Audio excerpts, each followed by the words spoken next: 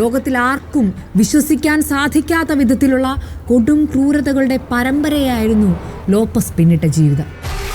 പ്രായപൂർത്തിയാകാത്ത കൊച്ചു കുഞ്ഞുങ്ങളെ മാത്രം തെരഞ്ഞുപിടിച്ച് കെണിയിൽ വീഴ്ത്തി ബലാത്സംഗം ചെയ്തു കൊല്ലുന്ന, അതിൽ വല്ലാത്തൊരു തരം ലഹരി കണ്ടെത്തിയ ഒരു നരാധമൻ.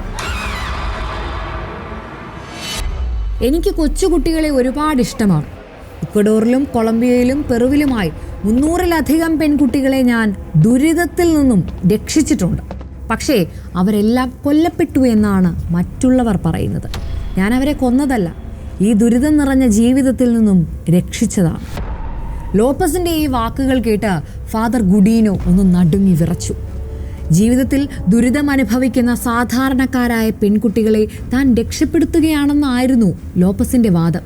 അതും ഇത്രയും കുറ്റകൃത്യങ്ങൾ അത്രയും ചെയ്തിട്ടു. തിരക്കേറിയ മാർക്കറ്റുകളിലും ഷോപ്പിംഗ് മാളുകളിലും അലഞ്ഞു നടന്ന് തൻ്റെ ഇരകളെ കണ്ടെത്തുന്നതായിരുന്നു ലോപ്പസിൻ്റെ ഇഷ്ടവിനോദമെന്ന് കനേഡിയൻ ഫോട്ടോ ജേർണലിസ്റ്റായ റോൺ ലൈറ്റ്നർ നടത്തിയ അഭിമുഖത്തിൽ ലോപ്പസ് തന്നെ പറയുന്നുണ്ട്. ചെറിയ പെൺകുട്ടികളെ അയാൾ ദിവസങ്ങളോളം പിന്തുടരും. അവസരം കിട്ടിയാൽ ആളൊഴിഞ്ഞ പ്രദേശത്ത് എത്തിച്ച് ക്രൂരമായി ബലാത്സംഗം ചെയ്യും.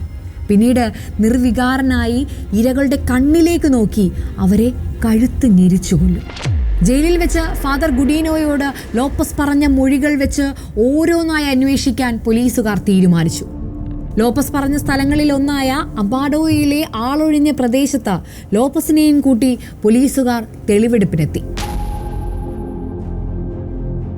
അവിടെ കൂട്ടിയിട്ട 53 മൃതദേഹങ്ങളുടെ അവശിഷ്ടങ്ങൾ ചൂണ്ടിക്കാട്ടി ലോപ്പസ് പോലീസുകാരോട് പറഞ്ഞത് ഇത്ര മാത്രമായിരുന്നു: സാർ നോക്കൂ, ഞാൻ ഇവരെയെല്ലാം രക്ഷിച്ചതാണ്. ആരാണ് പെഡ്രോ ലോപ്പസ്?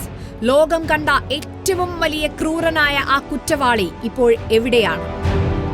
350-ൽ പരം കുരുന്നുകളെ ഇല്ലാതാക്കിയ ആ സൈക്കോ കില്ലർ ഇന്നും നമ്മൾക്കിടയിൽ ജീവിച്ചിരിക്കുന്നു. കണ്ടറിയാം AI ദൃശ്യമികവിൽ റിപ്പോർട്ടർ സ്റ്റോറീസ് യൂട്യൂബ് ചാനലിൽ.